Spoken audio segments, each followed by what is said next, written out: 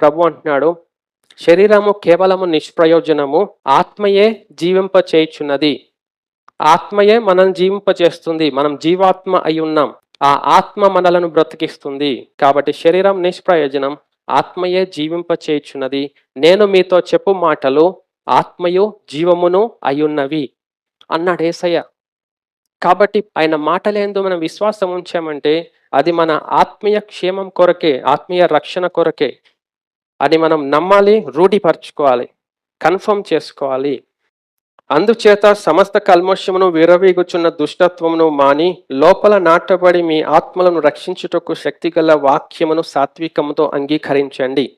విత్తబడిన ఆయన వాక్యము మన హృదయంలో నాటబడినట్లయితే మన హృదయంలో ఉన్న అహిక విచారాలు, లోకంలో ఎలా బతికేది, ఇంతవరకు బతికినా, ముందెట్లా బతుకుతా, ఫ్యూచర్ ఎట్లా, నాకెంత అవసరం ఉంటుంది ఫ్యూచర్ బతకడానికి, ఏమేం చేయాలి నేను ఫ్యూచర్లో బతకడానికి, అహిక విచారములు, రకరకాల ఈ లోక సంబంధమైన కార్యక్రమాలు, ఫ్యూచరు జీవన సంబంధమైన ఆలోచనల చేత ఆ దేవుని జీవము గల వాక్యము అణచివేయబడుతుంది. అది ఎప్పటికీ ఫలించదు.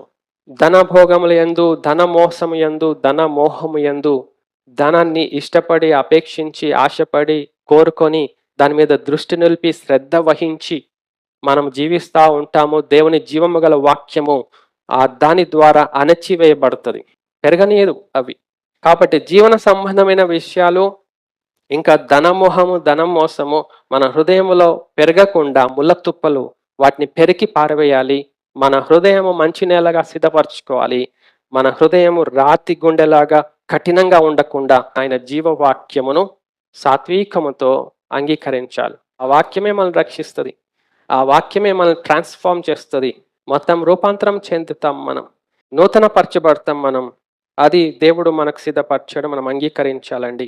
సత్యమును నమ్ముట వలన, విశ్వాసం ఉంచటం వలన రక్షణ పొందుదురు అని దేవుడు అనేకమైన వాక్య భాగాల్లో మనకు తెలియజేస్తాడు. ప్రభునందు, ఆయన వాక్యమందు మన విశ్వాసం ఉంచుట వలన, సత్యమును నమ్ముట వలన మనం రక్షణలో కొనసాగలుగుతాం, రక్షించబడగలుగుతాం. యేసయ్య గొప్పోడు, యేసయ్య చాలా శక్తిమంతుడు, యేసయ్య దయ్యాలను వెళ్ళగొట్టేశాడు. ఆయన పేరు చెప్తే చాలు దయ్యాలు వణిగిపోతాయి.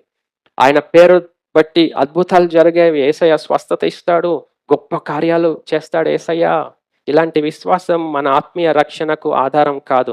మనం రక్షణ పొందలేం, చాలా అపాయం. అందుకనే మన ఆత్మీయ రక్షణకు ఆధారము ఆ ప్రభువు, ఆయన వాక్యము.